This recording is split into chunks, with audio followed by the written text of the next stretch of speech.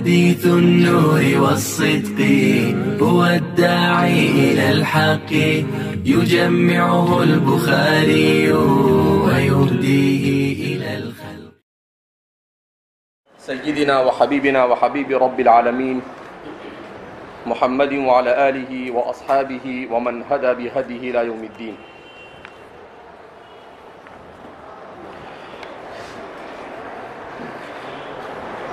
اس طویل روایت میں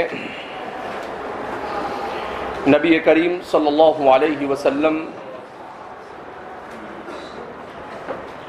کا خط، جسے ہم دعوتی خط کہہ سکتے ہیں، یہ ہرقل کو پہنچتا ہے اور اس کے سامنے یہ خط پڑھا جاتا ہے.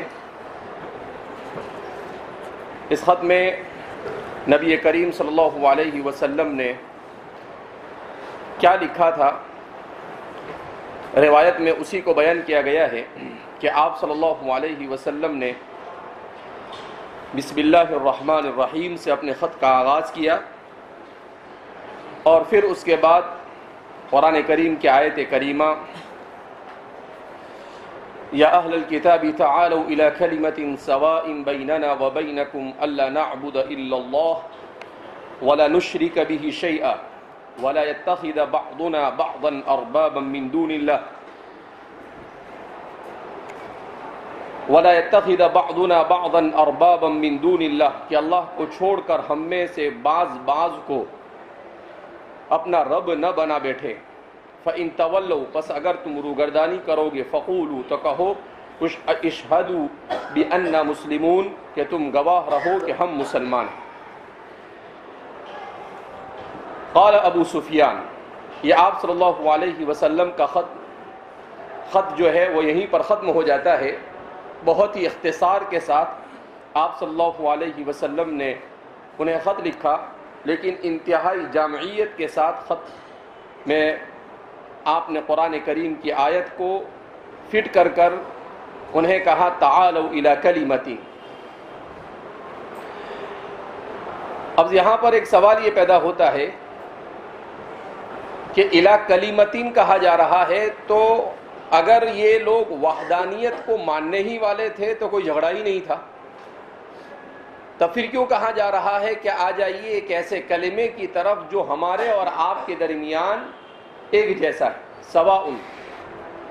تو اس کا جواب یہ دیا جاتا ہے کہ دراصل یہ وحدانیت کے تو کیا تھے، قائل تھے. وحدانیت کے کیا تھے، قائل تھے. البتہ ان کی وحدانیت میں شرک کی آمیزش ہو گئی تھی. کیسے شرک کی آمیزش ہو گئی کہ انہوں نے وقالت الیہود عزیر ابن اللہ وقالت النصارى المسیح ابن اللہ، کہ یہود نے کہا عزیر اللہ کے بیٹے ہیں اور نصارہ نے کہا مسیح اللہ کے بیٹے ہیں. تو اب اس طریقے سے وہ اللہ کے ساتھ اللہ کا بیٹا قرار دے کر شرک کرتے تھے، مگر اپنے آپ کو مشرک نہیں کہتے تھے. شرک کرتے تھے مگر کیا نہیں کہتے تھے، مشرک نہیں کہتے تھے. تو ان کے اپنے زعم کے مطابق گویا کہ وہ موحد تھے بزعمہم. تو ظاہر سی بات ہے، مخاطب جب اپنے آپ کو موحد سمجھ رہا ہے تو بغرض دعوت اسے یہ کہنا کہ بھئی تم بھی اپنے آپ کو موحد کہتے ہو اور ہم بھی تمہیں وحدانیت کی کیا کرتے ہیں، دعوت دیتے ہیں. صرف فرق اتنا ہے کہ تمہاری توحید یہ شرک آمیز ہے اور ہماری توحید یہ شرک آمیز نہیں ہے. لہذا اس وجہ سے کہا الی کلمۃ سواء بیننا وبینکم.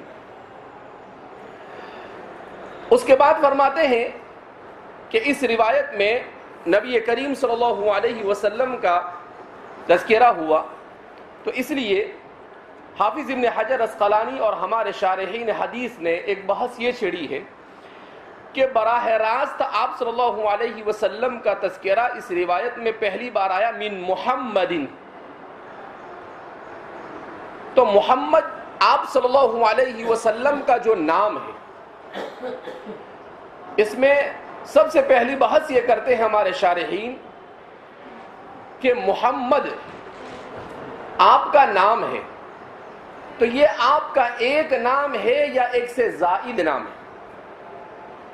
تو بعض حضرات فرماتے ہیں کہ آپ صلی اللہ علیہ وسلم کا وہ نام جو آپ کی والدہ اور آپ کے دادا نے رکھا وہ محمد ہے، اور اللہ نے کتب سابقہ میں آپ کا جو نام ذکر کیا وہ احمد ہے، وَمُبَشِّرًا بِرَسُولٍ يَأْتِي مِن بَعْدِ اسْمُهُ احمد۔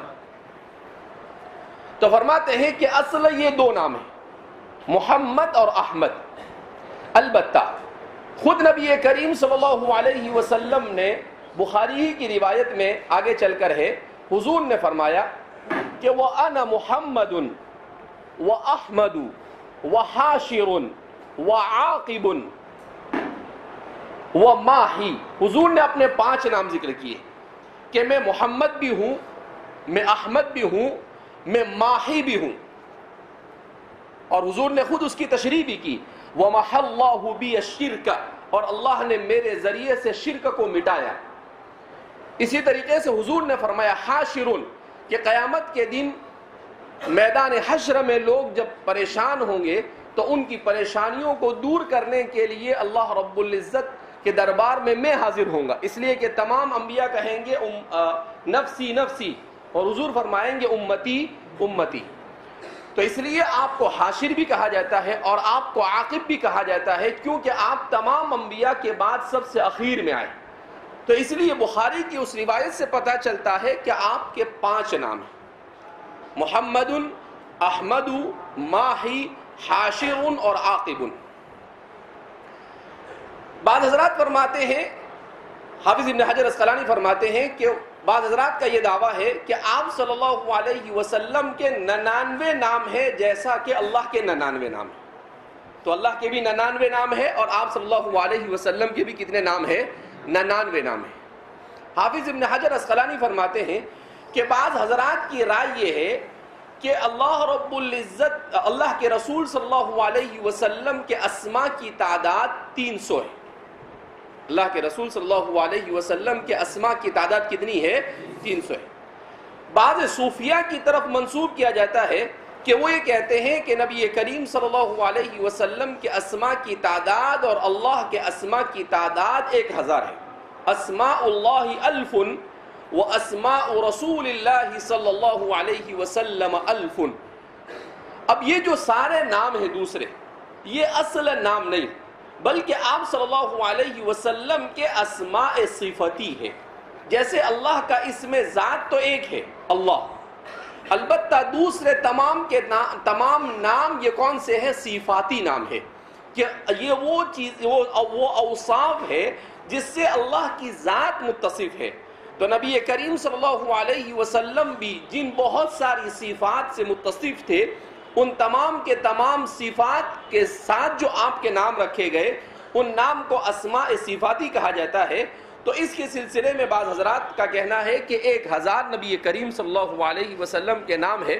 صاحب دلائل الخیرات نے اپنی کتاب میں دلائل الخیرات میں جو درود شریف پر نبی کریم صلی اللہ علیہ وسلم پر لکھی جانے والی سب سے عمدہ کتاب مانی جاتی ہے، جس کو ہمارے بزرگان دین اپنے معمول میں رکھتے ہیں، البتہ غیر مقلدین اس پر کچھ اعتراضات کرتے ہیں جس کے ہمارے علماء نے جوابات دیے ہیں۔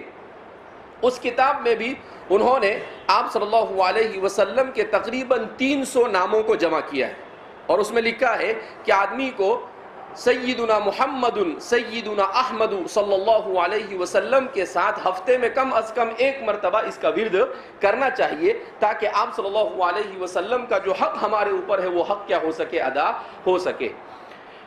تو یہ ہوا آپ صلی اللہ علیہ وسلم کے نام کے ساتھ۔ اب آپ صلی اللہ علیہ وسلم کے نام میں اصل محمد ہے یا احمد؟ امام سہیلی فرماتے ہیں کہ آپ کا اصل نام احمد ہے، اور حافظ ابن القیم الجوزی فرماتے ہیں کہ حضور کا اصل نام محمد ہے۔ حافظ ابن القیم الجوزی فرماتے ہیں اس لیے کہ ابن نعیم نے اپنی کتاب میں روایت نقل کی ہے کہ اللہ کے رسول صلی اللہ علیہ وسلم نے خود ارشاد فرمایا وَسَمَّانِيَ اللَّهُ مُحَمَّدًا، کہ اللہ نے میرا نام محمد رکھا قبل خلق السماوات ب2000 سنہ، آسمان اور زمین اور مخلوق کو پیدا کیے جانے سے 2000 سال پہلے۔ تو اس لیے فرماتے ہیں امام ابن القیم الجوزی کہ اس روایت سے پتہ چلتا ہے کہ حضور کا اصل نام کیا ہے؟ محمد ہے۔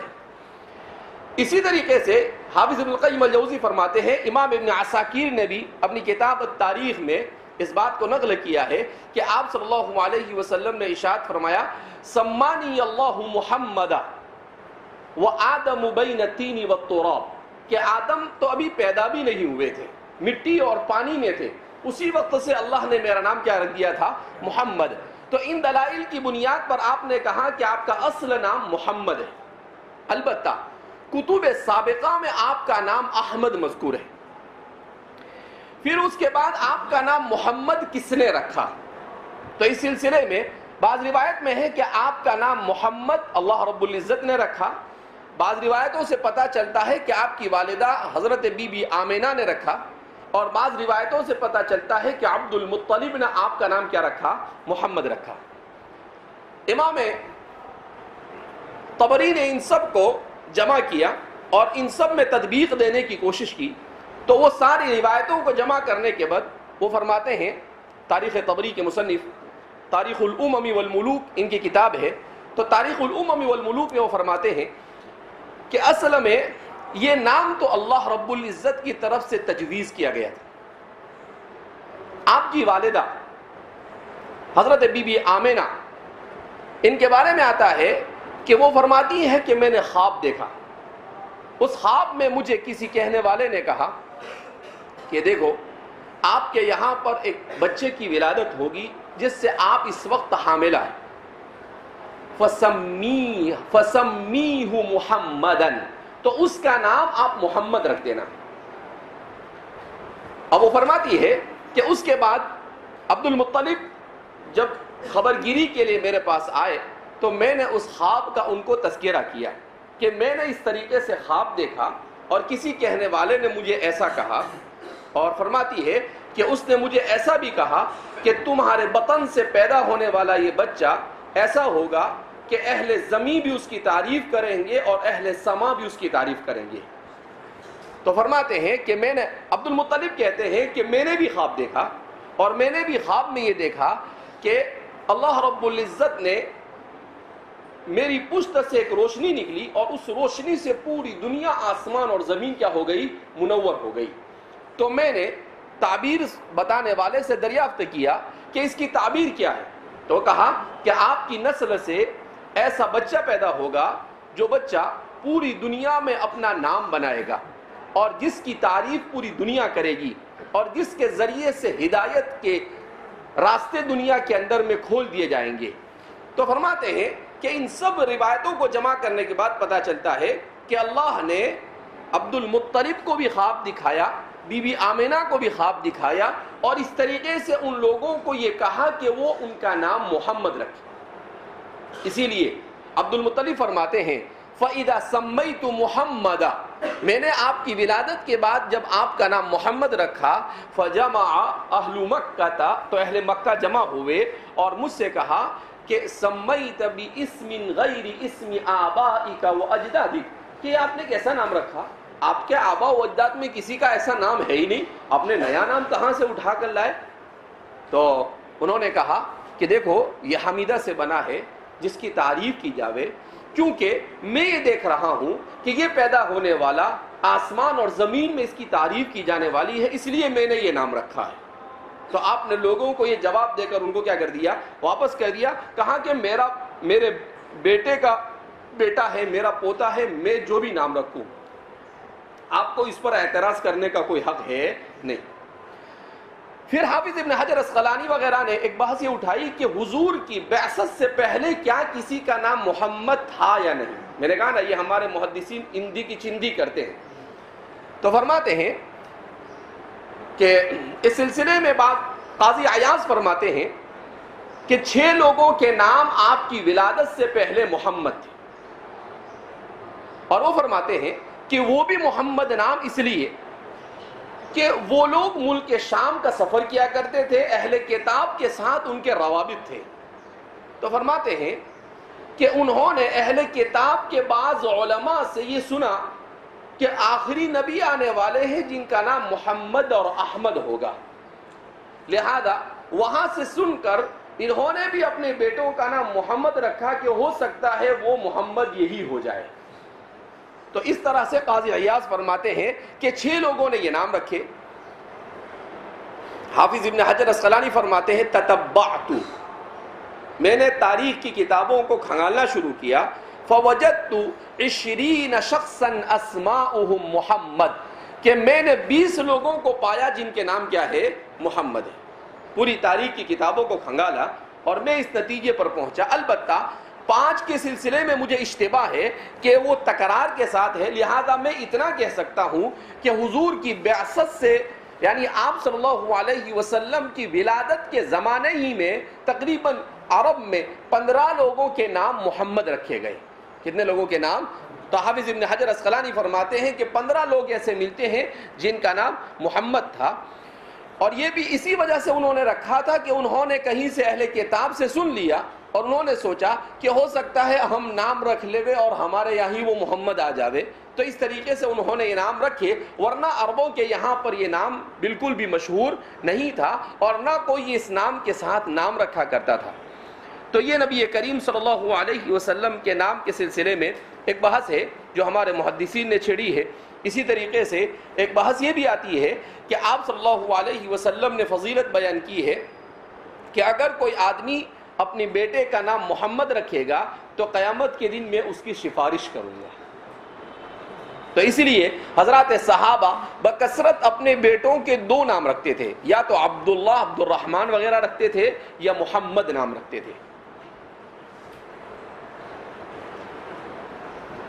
ایک بزرگ نے لکھا ہے، شاید پیر ذوالفقار صاحب نقشبندی نے، کہ وہ جب تاشقند اور بخارا وغیرہ کے سفر میں گئے تھے تو اس سفر میں انہوں نے ایک قبرستان ایسا پایا کہ اس قبرستان کے واقف نے یہ شرط لگائی تھی کہ اس میں جو آدمی دفن ہونا چاہتا ہے اس آدمی میں 2 شرط کا پایا جانا ضروری ہے. ایک تو اس کا نام محمد ابن عبداللہ ہو اور دوسرا وہ محدث ہو. دوسرا کیا ہو؟ وہ محدث. تو کہا لوگوں میں دین کے ساتھ ایسی جذباتی تعلق تھا اس زمانے میں کہ اس قبرستان میں بعد میں تقریباً 350 لوگ ایسے دفن کیے گئے جن کا نام محمد ابن عبداللہ تھا اور جو محدث تھے، ایک ہی گاؤں میں اور ایک ہی علاقے میں، مرغینان وغیرہ کے علاقے میں. اسی لیے فرماتے ہیں کہ امام مرغینانی کو بھی وہاں دفن کرنے کے لیے گئے، لیکن ان کا نام ابو بکر تھا، اس وجہ سے ان کو وہاں پر دفن کی اجازت نہیں دی گئی اور دوسرے قبرستان میں ان کو دفن کر دیا گیا. کہ نہیں، واقف نے یہ کہا ہے کہ نام کیا ہونا چاہیے؟ محمد ابن عبداللہ ہونا چاہیے، اور کیا ہونا چاہیے؟ محدث ہونا چاہیے. تو اس لیے لوگوں نے بہرحال آدمی لکل اسم حظ نصیبہ، ہر اسم اپنے اندر اپنی تاثیر رکھتا ہے. تو اس لیے آپ صلی اللہ علیہ وسلم نے اس کی بڑی اہمیت بیان کی ہے کہ نام اچھے رکھنے چاہیے، کچھ بھی اٹھا کر نام نہیں رکھنا چاہیے. ہمارے یہاں پر ہندوستان میں اٹھا کر کچھ بھی نام رکھ دیتے ہیں. کوئی گلاب رکھتا ہے، کوئی چمیلی رکھتا ہے، کوئی پتہ نہیں کیا کیا نام رکھتا ہے. ہمارے ساتھ ایک پڑھتا تھا، اس کا نام تھا گلاب. میں نے کہا تیرے بڈھے کو دوسرا کچھ ملا ہی نہیں، گلاب نام رکھ دیا. تو اس نے کہا کہ اچھا ہے، گلاب کا پھول کو گلاب کہتے ہیں. ارے میں نے کہا کسی صحابی کا نام رکھتے، کسی نبی کا نام رکھتے، کسی ایسا نام رکھتے جس میں کوئی معنی ہوتا. تو اس لیے آپ صلی اللہ علیہ وسلم نے، حضور بھی جب بھی کسی کی اسی لیے ایک صحابی کہتے ہیں کہ میرا نام حزن تھا، تو حضور نے مجھ سے کہا انت لیس بحزن، آپ حزن نہیں، نئے نئے اسلام میں داخل ہوئے تھے. تو کہا پھر میرا نام کیا؟ تو آپ نے کہا کہ آپ کا نام حزن نہیں ہوگا، آپ کا نام حضور نے بدل دیا، سہلن یا ایسا کچھ نام رکھا. تو انہوں نے کہا کہ لا سمانی والدی حزن، میرے والد نے مجھے حزن کہا ہے، آپ کیوں میرا نام بدلیں گے؟ تو نئے نئے اسلام میں داخل ہوئے. حضور نے کہا ٹھیک ہے بھائی، آپ اپنے نام پر راضی ہے تو مجھے کوئی حرج نہیں. اب وہ کہتے ہیں کہ حضور نے کہا کہ دیکھو تمہارا نام حزن ہے، وَلِكُلِّ اسْمٍ حَظُّ نَصِيبِهِ. تو فرماتے ہیں ان کی نسل کے لوگ بعد میں فرماتے ہیں کہ ہمارے دادا نے اپنا نام نہیں بدلا، اس کا اثر ہماری نسلوں میں نظر آیا کہ ہم ہمیشہ حزن کے شکار رہتے ہیں، کوئی نہ کوئی پریشانی ہم اس میں کیا ہوتے ہیں؟ مبتلا رہتے ہیں. تو اس لیے بہرحال کلی نہیں، لیکن ایک بات ضرور ہے کہ نام کا اثر ہوتا ہے، لہذا نام اچھا رکھنا آپ صلی اللہ علیہ وسلم نے باپ پر جو بیٹے کے حقوق ہے اس میں اس کو شمار کیا ہے کہ اپنے یہاں پر پیدا ہونے والے اولاد کا اچھا نام رکھے۔ تو آپ صلی اللہ علیہ وسلم کا نام محمد تھا، اور جیسا کہ بیان کیا گیا کہ آپ صلی اللہ علیہ وسلم نے خود فضیلت بیان کی ہے، بعض روایتوں میں بھی آتا ہے کہ اگر کسی کے یہاں پر اولاد اناث پیدا ہو، زیادہ لڑکیاں پیدا ہو اور لڑکا پیدا نہ ہو، تو فرماتے ہیں کہ اگر وہ یہ نیت کر لے کہ اب اگر میرے یہاں کوئی مولود ہوگا اس کا نام میں محمد رکھوں گا تو اللہ اس کی برکت سے اسے اولاد ذکور عطا فرماتے ہیں۔ ہمارے کچھ دوستوں نے اس پر تجربہ کیا تو اکثر لوگوں کو اس میں کامیابی ملی، کامیابی ملی۔ ہمارے جامعہ کے استاد مفتی جعفر صاحب، ان کے یہاں پر ایک بیٹی تھی اور 23 سال کے بعد اولاد ہوئی اور لڑکا ہوا۔ 23 سال کے بعد، کتنے سال کے بعد؟ جب ان کی بیٹی کا نکاح بھی ہو گیا تھا، اس کے بعد ان کی اولاد ہوئی اور اللہ نے ان کو لڑکا عطا فرمایا ابھی 5-6 سال پہلے۔ اور بھی بہت سارے لوگ ہیں، تو پھر مفتی صاحب کے تجربے کے بعد اور بہت سارے لوگ ہوتے ہیں جس نے بھی یہ نیت کی، اللہ رب العزت نے اس کے اولاد ذکور کیا فرمائی؟ عطا فرمائی۔ بہرحال اولاد ذکور اور اناث دینا یہ تو اللہ کے ہاتھ میں ہے۔ لوگ درگاہوں پر جا کر اور بابا اور کعبہ کے بعد جا کر مانگتے ہیں، اس سے اچھا ہے کس سے مانگنا چاہیے؟ اللہ سے مانگنا چاہیے۔ اللہ اگر کسی کو لڑکیاں بھی دیتا ہے تو یہ اس کے لیے آزمائش اور امتحان ہے۔ باپ کا کام یہ ہے کہ اس کی کیسی تربیت کرے اور کس طریقے سے ان کو ایمان کے ساتھ وابستہ رکھے۔ اصل لڑکے اور لڑکی ہونا یہ کمال نہیں ہے، اصل یہ ہے کہ آپ اپنے فریضہ تربیت کو انجام دے رہے ہو یا نہیں۔ تو اس پر آدمی کا اس پر توجہ زیادہ ہونی چاہیے۔ بہرحال ہم ایسے زمانے سے ہی گزر رہے ہیں کہ لوگ مغز کو چھوڑ کر چھلکے کے پیچھے زیادہ دوڑتے ہیں۔ تو آپ صلی اللہ علیہ وسلم کے اسم گرامی کے سلسلے میں بعض ابحاث، چونکہ حافظ ابن حجر عسقلانی اور دیگر شارحین نے اس بحث کو چھیڑا، اس وجہ سے مناسب سمجھا گیا کہ آپ صلی اللہ علیہ وسلم کے نام سے متعلق اس بحث کو آپ کے سامنے یہاں پر بیان کیا جاوے۔ قال ابو سفیان فرماتے ہیں فلما قال ما قال، پھر اس نے جو کہنا تھا کہہ دیا، یعنی ہمارے اور اس کے درمیان جو گفتگو تھی وہ کیا ہو گئی؟ ختم ہو گئی۔ اور اس نے یہ خط اس کے سامنے پڑھا گیا اور اس نے سن لیا، اور پھر اس کے بعد اس نے کچھ کہا، لیکن ابو سفیان فرماتے ہیں کہ مجھے وہ ہمیں اس کو سنا ہی نہیں دیا، اور کیا کہا اس کا کچھ پتہ نہیں چلا۔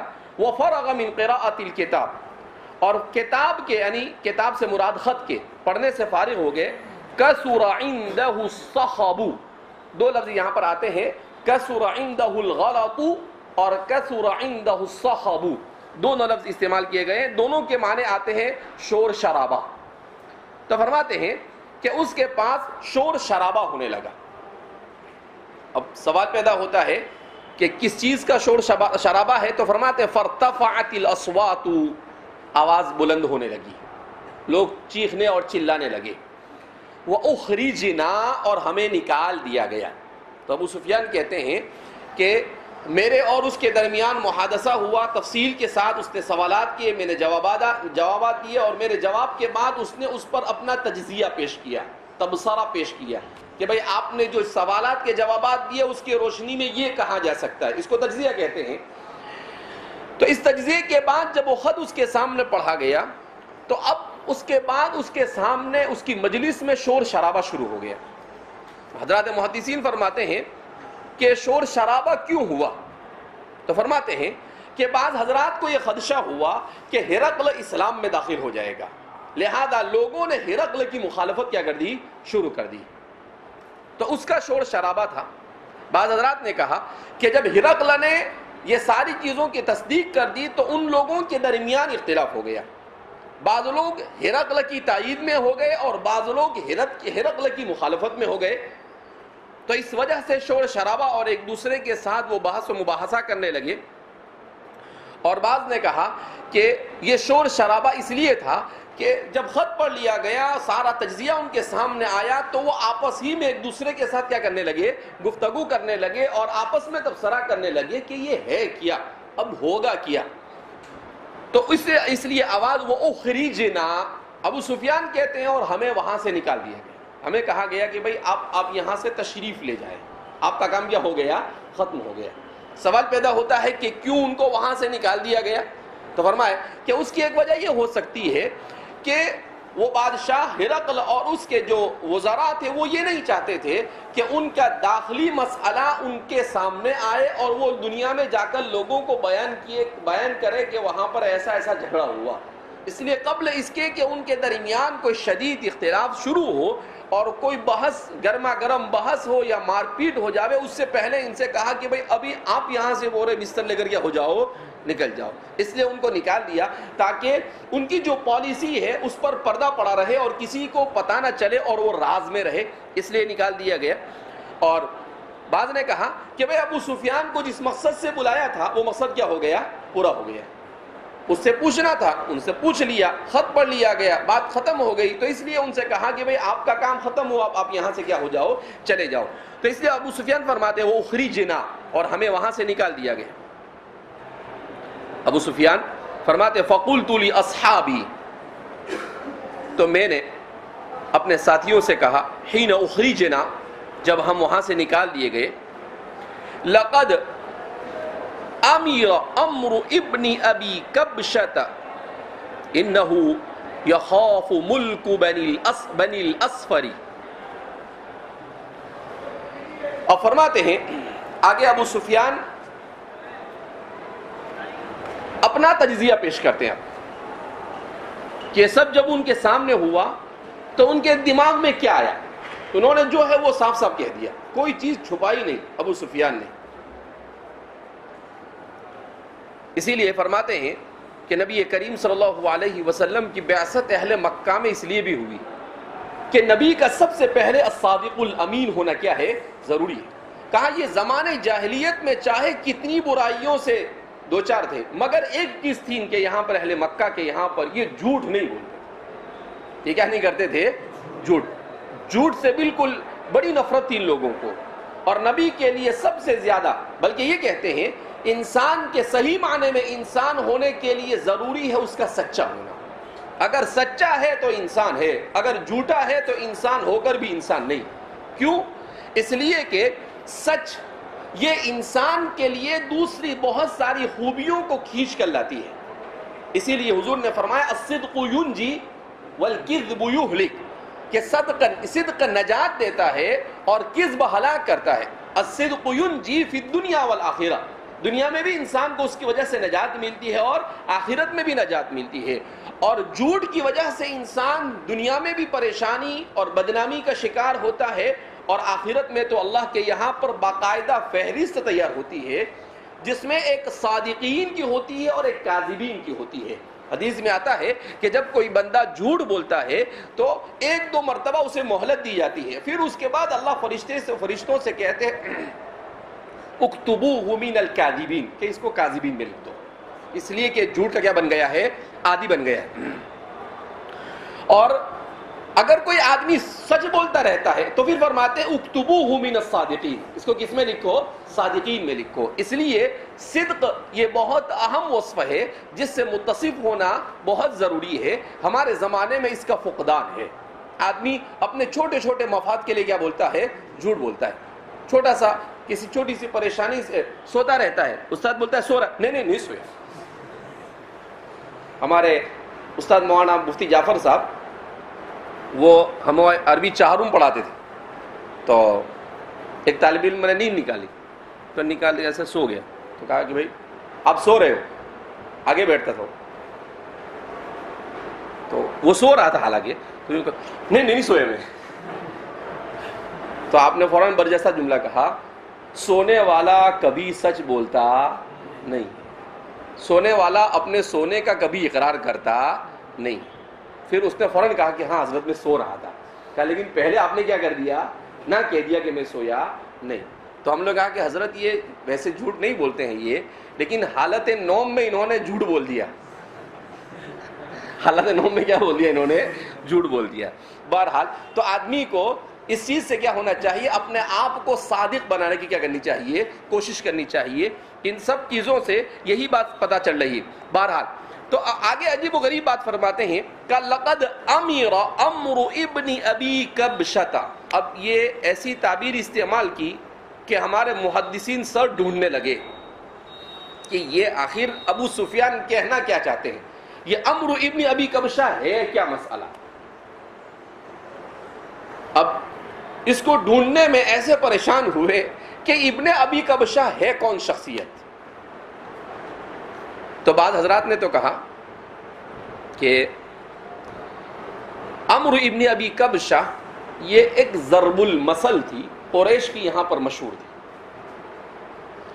جب وہ کسی سے اپنی ناراضگی کو ظاہر کرنا چاہتے تھے تو اس ناراضگی کو ظاہر کرنے کے لیے وہ کہتے تھے لقد امر عمرو ابن کبشہ، کہ ابن ابی کبشہ کا مجہول آدمی کون ہے کچھ پتا نہیں۔ تو اپنی ناراضگی کو ایسے ظاہر کرتے تھے کہ ابن ابی کبشہ، یعنی یہ آدمی جس کا نام وہ زبان سے نہیں لینا چاہتے تھے، کہ ابن ابی کبشہ کا معاملہ اب یہ ظاہر ہوگا، یعنی یہ کیسا بھی آدمی ہے لیکن ایسا لگتا ہے کہ غالب ہو کر رہے گا، تو اس کے لیے وہ اس طرح کی تعبیر استعمال کرتے تھے۔ بعض محدثین نے ابن ابی کبشہ کو ڈھونڈنا شروع کیا کہ آخر یہ ابن ابی کبشہ ہے کون۔ تو کسی نے کہا کہ ابن ابی کبشہ یہ حلیمہ سعدیہ کے شوہر، ان کو ابن ابی کبشہ کہا جاتا تھا۔ بعض نے کہا حلیمہ سعدیہ ان کے والد کے چچا ابن ابی کبشہ سے مشہور تھے، اور بعض نے کہا ابن ابی کبشہ حلیمہ سعدیہ کے دادا کے بھائی ابن ابی کبشہ سے کیا تھے، مشہور تھے۔ تو بعض لوگوں نے کہا کہ اسی کی طرف نسبت کرتے ہوئے آپ کو ابن ابی کبشہ سے کیا کیا گیا، تعبیر کیا گیا۔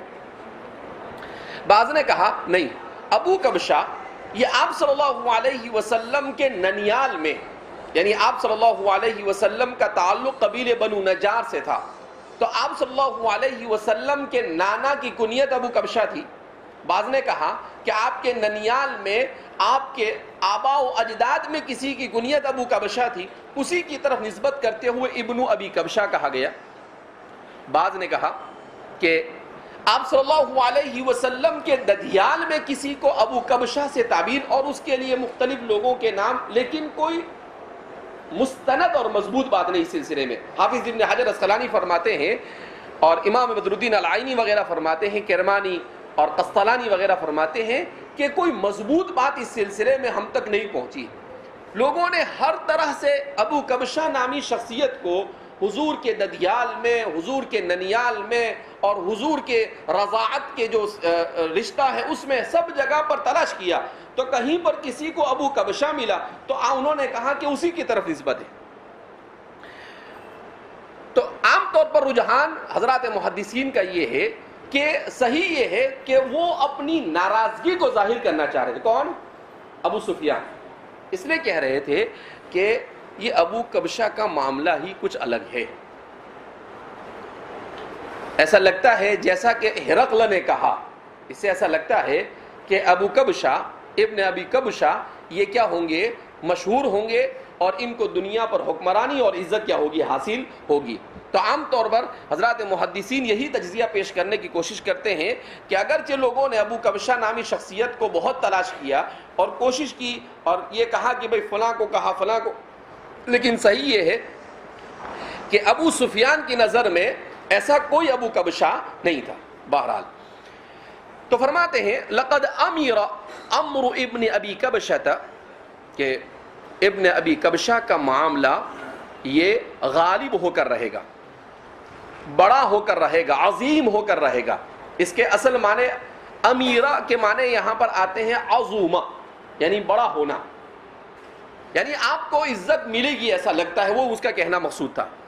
انہ یخاف ملک بنی الاصفر، ابو سفیان بھی ایسے ایسے الفاظ لے آئے کہ ہمارے شارحین بھی سر ڈھونڈتے ہیں۔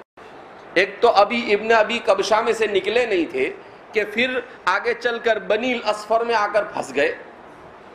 تو فرماتے ہیں یخافہ ملک بنی الاصفر، وہ یعنی ہرقل، اسے بنو الاصفر کی بادشاہت اور ان کی سلطنت کا خدشہ ہے۔ کیا مطلب؟ اب یہ بنی الاصفر سے، بنی الاصفر کون ہے؟ تو فرماتے ہیں کہ اصل میں حضرت ابراہیم علیہ السلام کا تعلق یہ اس طور پر تھا کہ آپ سفید رنگ کے تھے، تو آپ کی اولاد بھی عام طور پر کیسی ہوا کرتی تھی؟ سفید ہوا کرتی تھی. لیکن آپ کی نسل میں سے ایک شخص نے، جو بادشاہ تھے، جن کا نام کسی نے وجز بیان کیا ہے، تو انہوں نے کسی سیاہ عورت کی بادشاہ کی لڑکی سے شادی کی. اب ان دونوں کے کمبینیشن سے، اشتراک سے جو اولاد وجود میں آئی وہ نہ گوری تھی نہ کالی تھی، بین الکالی والگوری، یعنی بین الابیض والاسود، کالی اور گورے دونوں مکس رنگ کے ہو گئے. اب اسی میں آگے جو نسلیں چلی انہیں بنو الاصفر کہا جانے لگا. کیا کہا جانے لگا؟ بنو الاصفر کہا جانے لگا. تو فرماتے ہیں کہ ابو سفیان اس سے یہ مراد لے رہے ہیں کہ بنو الاصفر سے بنو اسماعیل کو مراد لے رہے ہیں کہ حضرت ابراہیم کے بیٹے اسماعیل اور اسماعیل کی ذریت میں کسی سے واقعہ پیش آیا، لہذا اب وہ لوگ ان کو بنو الاصفر سے یاد کرنے لگے. تو فرماتے ہیں کہ ابو سفیان کا یہ کہنا انہو یخافہ ملک بنی الاصفر، کہ بنی الاصفر کے بادشاہ کا اسے خطرہ ہے. کیا مطلب؟ کہ یہ لوگ خود سفید رنگ کے تھے. یہ لوگ کیا تھے؟ سفید رنگ کے تھے. اور اہل عرب یہ عام طور پر گندمی رنگ کے ہوتے تھے، یعنی جب کالا اور سفید یہ دونوں مکس ہو جاوے تو کون سا تیسرا رنگ وجود میں آتا ہے؟ گندمی رنگ، گیہوں کی طرح کا رنگ وجود میں آتا ہے. اس رنگ کے تھے اہل مکہ، تو حجاز کے رہنے والے. تو اس لیے ان کی طرف نسبت کرتے ہوئے کہا کہ بنی الاصفر اب بادشاہ دنیا کے بنیں گے، ایسا ہم کو لگ رہا ہے. ایسا اس نے سوچ لیا. کس نے سوچ لیا؟ ہرقل نے. اور اس کے حواریین اور حاشیہ برداروں نے یہ فیصلہ کر لیا ہے کہ اب ہمارا دور ختم ہونے والا ہے اور بنو الاصفر کا دور کیا ہونے والا ہے؟ شروع ہونے والا ہے. فما زلت موقنا، ابو سفیان کیا فرماتے ہیں؟ فما زلت موقنا، میں اس دن سے مجھے یقین تھا انہ سیظہر، کہ آپ صلی اللہ علیہ وسلم ضرور بالضرور غالب آئیں گے. اب ضرور بالضرور کیا ہوں گے؟ غالب. سن ہجری 6 کے بعد کا واقعہ ہے. حتی ادخل اللہ علی الاسلام، یہاں تک کہ اللہ رب العزت نے مجھے اسلام کی دولت سے مالا مال کر دیا. اس کا مطلب یہ ہے کہ ابو سفیان اسی دن ہرقل کی بات سے متاثر ہو کر سمجھ گئے تھے کہ اپنی دال گلنے والی نہیں، اور اہل مکہ کو آپ صلی اللہ علیہ وسلم پر غلبہ حاصل ہونے والا نہیں ہے. حضور کو غلبہ حاصل ہو جائے گا. اور اسی دن سے انہوں نے اسلام کے سلسلے میں اپنے آپ کو نرم گوشہ کر لیا تھا. کیا کر لیا تھا؟ نرم گوشہ. اب ابو سفیان اسلام میں کیوں داخل ہوئے؟ تو اس سلسلے میں ہمارے محدثین فرماتے ہیں اصل میں صلح حدیبیہ کے زمانے میں سب کچھ ہو رہا ہے، اور صلح حدیبیہ جو سن ہجری 6 میں ہوئی اس کی مدت 10 سال کی تھی. کتنے سال کی تھی؟ کہ 10 سال تک کے معاہدہ ہوا، اور اس معاہدے میں یہ طے پایا تھا کہ بنو بکر اور بنو خزاعہ، یہ مکہ مکرمہ کے اطراف اور اکناف میں دو قبیلے رہتے تھے، یہ دونوں قبیلے بھی مسلمانوں کے اور قریش کے حلیف بن گئے تھے جس وقت صلح حدیبیہ ہوئی. اور اس صلح حدیبیہ میں یہ طے پایا تھا کہ اگر کسی کا جھگڑا ہو تو کوئی کسی دوسرے کو مدد نہیں کرے گا. اب ہوا ایسا کہ بنو بکر اور بنو خزاعہ کے درمیان کوئی معاملہ پیش آیا اور قریش نے ان کی مدد کر دی. قریش نے کیا کر دی؟ ان کی مدد. اب جب قریش نے ان کی مدد کر دی تو صلح حدیبیہ کے مطابق انہوں نے عہد کیا کر دیا؟ توڑ دیا. اس لیے کہتے پایا تھا کہ آپ کو عہد توڑنا نہیں. بنو خزاعہ نے کیا کیا؟ فوراً اپنے ایک شاعر کو آپ صلی اللہ علیہ وسلم کی خدمت میں بھیجا. اس شاعر نے آ کر حضور کے سامنے 2-3 شعر پڑھ کر اپنی حالت بیان کر دی کہ اس طریقے سے قریش نے معاہدے کی خلاف ورزی کی ہے. ادھر ابو سفیان کو ایسا تھا کہ آپ صلی اللہ علیہ وسلم کو کچھ پتا چلا نہیں. حضور کو جیسے ہی پتا چلا کہ انہوں نے اس طریقے سے بنو خزاعہ کے خلاف کارروائی کر کر معاہدے کو توڑ دیا ہے، حضور نے فوراً فتح مکہ کی تیاری کیا کر دی؟ شروع کر دی۔ سن ہجری 9 کی بات، تو آپ صلی اللہ علیہ وسلم نے فتح مکہ کی تیاری شروع کر دی۔ حضور فتح مکہ کی تیاری کر، لیکن صحابہ سے کہا کہ بالکل سسپینڈ، راز میں رہے یہ بات، کسی کو ذرا بھی پتا، اور کسی کو پتا بھی نہیں چلا۔ ابو سفیان مکہ سے نکلے اور مکہ سے نکل کر چھپتے چھپاتے ہوئے مدینہ پہنچ گئے۔ مدینہ پہنچ کر پہلے اپنی بیٹی ام حبیبہ کے پاس گئے جو حضور کے نکاح میں تھی۔ اس نے ابو سفیان ان کے گھر میں داخل ہوئے تو انہوں نے بیٹھنے کی کوشش کی چارپائی پر، تو ام حبیبہ نے کہا بستر ہٹا دیا اور کہا کہ جس بستر پر اللہ کے رسول تشریف فرما ہو اس پر آپ کو بیٹھنے کا حق نہیں ہے۔ حضرت ام حبیبہ نے کہا آپ نہیں بیٹھ سکتے اس کے اوپر۔ کہا میں تمہارا باپ ہوں۔ کہا ٹھیک ہے، باپ باپ کی جگہ پر، لیکن یہ اللہ کے رسول ہے، آپ نے ان سے عداوت مول لی ہے، آپ اس وقت جزیرۃ العرب میں ان کے سب سے بڑے مخالف ہیں، لہذا اس بنا پر بہرحال پھر اس کے بعد انہوں نے آپ صلی اللہ علیہ وسلم سے، حضرت ابوبکر سے، حضرت عمر سے سب سے ملاقات کی۔ حضرت عمر رضی اللہ تعالیٰ عنہ کو تو غصہ بھی آیا، اور حضرت عمر نے چاہا بھی کہ ان کا کام یہاں کیا کر دے، تمام کر دے، کہ حضور نے کہا کہ بھیا ذرا صبر سے کام لینا۔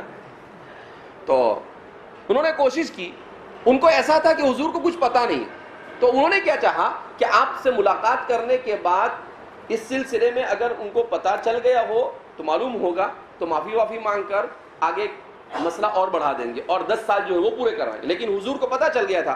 آپ صلی اللہ علیہ وسلم نے کہا نہیں، آپ نے مخالفت کی ہے، آپ نے عہد کو توڑا ہے اور ہمیں اس کا علم ہو چکا ہے، لہذا اس بنا پر اب ہمارا اور آپ کا معاہدہ باقی رہا نہیں، یہ کہہ کر بھیج دیا۔ لیکن ایسا نہیں کہا کہ ہم تمہارے اوپر حملہ کرنے کے لیے آ رہے ہیں۔ خاموشی کے ساتھ آپ اپنے 10,000 صحابہ کو لے کر کیا ہو گئے، نکل گئے سن ہجری 9 میں۔ جب آپ صلی اللہ علیہ وسلم نکلے اور جب مکہ کے قریب پہنچے تب ان کو پتہ چلا۔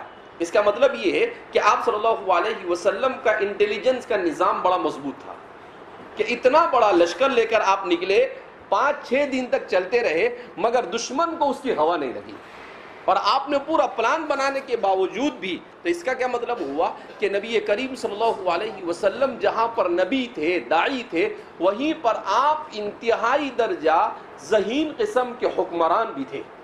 آپ نے سیاست میں بھی بے مثال اپنا رول ادا کر کر بتلایا۔ اسی لیے جو لوگ یہ کہتے ہیں کہ اسلام کا سیاست سے کوئی رشتہ نہیں، وہ دراصل اسلام کے ناقص ہونے کی نشاندہی کر رہے ہیں۔ نہیں، اسلام کا سیاست سے رشتہ ہے۔ ہاں اتنی بات ہے کہ اسلام میں سیاست مقصود نہیں، وسیلہ ہے۔ اسلام میں سیاست مقصود نہیں، کیا ہے؟ وسیلہ ہے۔ یہ جماعت اسلامی والے اسے مقصود بنا دیتے ہیں اور کہتے ہیں کہ کیا لفظ استعمال کرتے ہیں وہ، حکومت الہیہ، حکومت الہیہ قائم کرنا، یہ تو اس کے لیے وہ کسی بھی حد تک جانے کے لیے۔ لیکن ہمارے علماء کہتے ہیں کہ اگر آسانی اسلام، کیوں؟ اسلام ایک کامل دین ہے، اس کو یعنی مسلمانوں کو اپنے دین پر صحیح معنی میں عمل کرنے کے لیے سیاست کی ضرورت ہے، مگر سیاست ضروری نہیں ہے۔ سمجھائی بات؟ ضروری نہیں، سیاست اگر آ جائے تو نور علی نور، لیکن سیاست نہ بھی ہو تو مسلمان اپنے دین پر عمل کرنے میں پورے طور پر وہ مکلف ہے اس کا۔ آپ صلی اللہ علیہ وسلم کی زندگی کے بھی 2 حصے ہیں، ایک مکہ کی زندگی، یہ کون سی زندگی ہے؟ مغلوب، مقہور اور مأموریت کی زندگی ہے۔ وہاں پر آپ نے ایسے ہی زندگی گزاری، وہ پوری 13 سالہ زندگی آپ صلی اللہ علیہ وسلم کی ان مسلمانوں کے لیے اس زمانے میں اسوہ ہے جو اقلیت میں کسی ملک میں رہتے ہیں۔ جیسے ہم ہندوستان میں اقلیت میں ہیں تو ہمارے لیے آپ کی مکی زندگی کیا ہے؟ اسوہ حسنہ ہے۔ اور جہاں پر مسلمان کو حکمرانی حاصل ہو جاوے وہاں حضور کی 10 سالہ مدینہ کی زندگی وہ کیا ہے؟ اسوہ حسنہ ہے۔ لیکن آج کا ہمارا مسلمان نہ اقلیت میں آپ صلی اللہ علیہ وسلم کی پوری پیروی کرنے کے لیے تیار ہے، اور نہ اکثریت میں ہے تو اس کی پوری پیروی کرنے کے لیے تیار ہے۔ امت پر خلافت کو قائم کرنا واجب ہے، اسی لیے آپ صلی اللہ علیہ وسلم کے انتقال کے فوراً بعد حضور کی تدفین سے پہلے صحابہ نے خلیفہ کی تعیین کے لیے سقیفہ بنو ساعدہ میں جمع ہونا اپنے لیے ضروری تصور کیا. آپ کو بھی دفن نہیں کیا تھا، اور اس سے پہلے سقیفہ بنی ساعدہ میں کیا ہو گئے؟ جمع. سقیفہ بنی ساعدہ کیا تھا؟ اس زمانے کا کانفرنس ہال تھا، میٹنگ ہال تھا گویا کہ. وہاں پر جمع ہوئے اور وہاں پر بحث چلی کہ بھئی کون خلیفہ بنے گا. انصار نے کہا ہم میں سے خلیفہ ہوگا، مہاجرین نے کہا ہم میں سے خلیفہ ہوگا. اب انصار ہے تو اوس والے کہے ہم میں سے، خزرج والے کہے ہم میں سے. اختلاف چل رہا تھا. حضرت ابوبکر پہنچے اور کہا کہ سمعت رسول اللہ صلی اللہ علیہ وسلم الائمۃ من قریش. حضور نے کہا کہ ائمہ کس میں سے ہوں گے؟ قریش میں سے ہوں گے. لہذا حضرت عمر نے فوراً کہا کہ ابوبکر آپ اپنا ہاتھ بڑھائیے، میں آپ کے ہاتھ پر بیعت کرتا ہوں. اور پھر اس کے بعد حضرات صحابہ نے حضرت ابوبکر کے ہاتھ پر بیعت کی، اس کے بعد حضور کی. تو اس لیے فرماتے ہیں کہ مسلمانوں کے لیے ضروری ہے کہ وہ خلافت اسلامیہ کو قائم کرنے کی حتی المقدور کوشش کرے. یہ امت مسلمہ پر پہلا ایسا دور ہے جس میں یہ امت 1923 سے لے کر اب تک کے خلافت سے محروم ہے.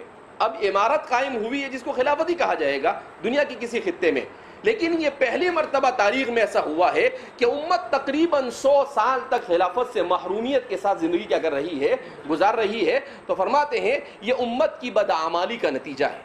جب تک کہ امت اجتماعی طور پر اعمال صالحہ کے اوپر نہیں آتی ہے وہاں تک کہ خلافت کے قائم ہونے کے امکانات نظر آتے نہیں. لہذا امت کو پورے طور پر ادخلوا فی السلم کافہ، اسلام میں داخل ہونے کی کیا ہے؟ ضرورت ہے.